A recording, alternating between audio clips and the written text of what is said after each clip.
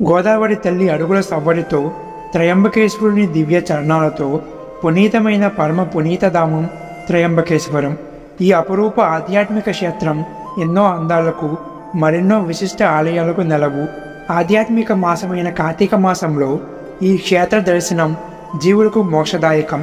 ద్వాదశ జ్యోతిర్లింగాల్లో ప్రముఖమైన త్రయంబకేశ్వర లింగానికి ఎంతో విశిష్టత ఉంది.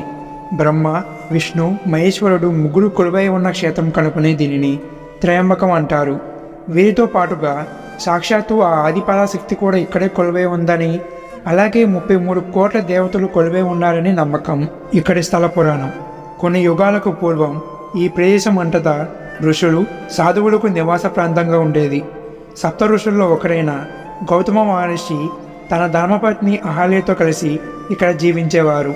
ఒకానొక సమయంలో ఈ ప్రదేశం కరువు కాటకాలతో అల్లారింది. ఆ సమయంలో గౌతమ మహర్షి తన తపోశక్తి ధారపోసి ఓ సరస్సును సృష్టిస్తారు. మిగిలిన ఋషి భార్యలు ఆ సరస్సులోని నీటిని ఉపయోగించుకునేవారు. కానీ వారిలో గౌతమ మహర్షి పట్ల, అహల్య పట్ల అసూయ ద్వేషాలు పెరిగి తమ భర్తలను కూడా అలాంటి సరస్సును నిర్మించమని ఎప్పుడూ గొడవపడేవారు. అప్పుడు ఋషులందరూ కలిసి గణేశుడి గురించి తపస్సు చేయగా ప్రత్యక్షమైన వినాయకుడు వరంగా ఏమి కావాలని అడగగా వారు గౌతమ మహర్షి వద్ద ఉన్న గోవు చనిపోయేటట్లు చేయమంటారు. అది పాపం అని చెప్పినా వారు వినకుండా అదే వరం కావాలని పట్టుబడతారు. దాంతో ఏమి చేయలేని స్థితిలో వినాయకుడు ఆ వరాన్ని ప్రసాదిస్తాడు. ఒకనాడు పంట చేలో మేస్తున్న గోవును దర్భపుల్లతో గట్టిగా కొట్టగా అది గాయపడి మరణిస్తుంది. అదే అదునుగా భావించిన ఋషులందరూ గోహత్య మహాపాపమని, ఈ ప్రదేశంలో గంగను పాడేటట్లు చేస్తే ఆ హత్యకు పరిహారం అవుతుందని తెలుపుతారు. దాంతో గౌతముడు, అహల్య చాలా సంవత్సరాలు శివుడి కోసం తపస్సు చేయగా పరమేశ్వరుడు బ్రహ్మ, విష్ణువు, ఆదిపరాశక్తితో కలిసి ప్రత్యక్షమవుతాడు. ఏం వరం కావాలని అడగగా గంగను విడుదల చేయమని కోరుతారు. అప్పుడు శివుడు తన జడను విసరగా అది వెళ్ళి బ్రహ్మగిరి పర్వతం మీద పడుతుంది. గంగా నది అక్కడి నుంచి ప్రవహిస్తూ కిందకు వస్తుంది. దానినే గౌతమి లేదా గోదావరి అనే పేరుతో పిలుస్తారు. ఈ ప్రదేశంలో శివుడు, బ్రహ్మ, విష్ణువు ముగ్గురు పానపట్టం లోపల 3 లింగాకారాల్లో ఉంటారు. అందువల్లనే దీనిని త్రయంబకం అంటారు. ద్వాదశ జ్యోతిర్లింగాల్లో ఒకటిగా అత్యంత ప్రాముఖ్యతను పొందిన ఈ మహాలింగం త్రయంబకం. సాధారణంగా శివలింగానికి ఎదురుగా నందీశ్వరుడు కొలువై ఉంటాడు. కానీ ఇక్కడ మాత్రం నందీశ్వరుడికి ప్రత్యేకమైన మందిరం ఉంటుంది.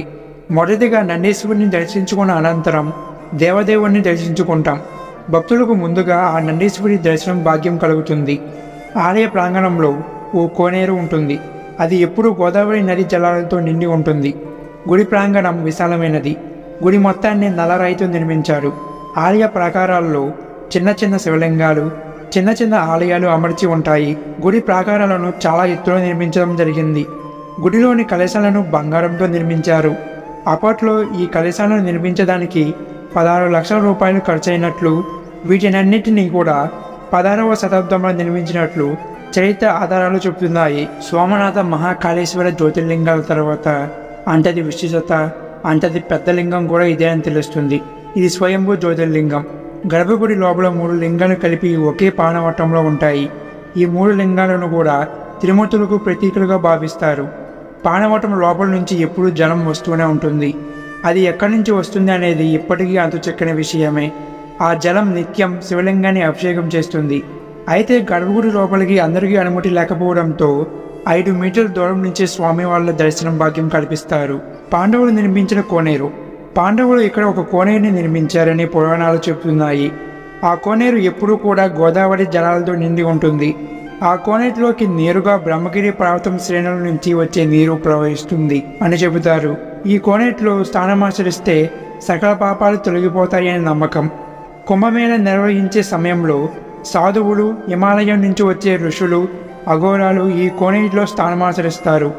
ఆ కోనేరు చుట్టూ అనేక లింగాలు, వివిధ దేవతామూర్తుల విగ్రహాలు కొలువై ఉంటాయి. కుంభమేళ 12 సంవత్సరాలకు ఒకసారి కుంభమేళను నిర్వహిస్తారు. సూర్యుడు, చంద్రుడు, బృహస్పతి 3 కూడా ఒకేసారి సింహరాశిలోకి ప్రవేశించినప్పుడు ఇక్కడ సింహహస్త కుంభమేళ నిర్వహిస్తారు.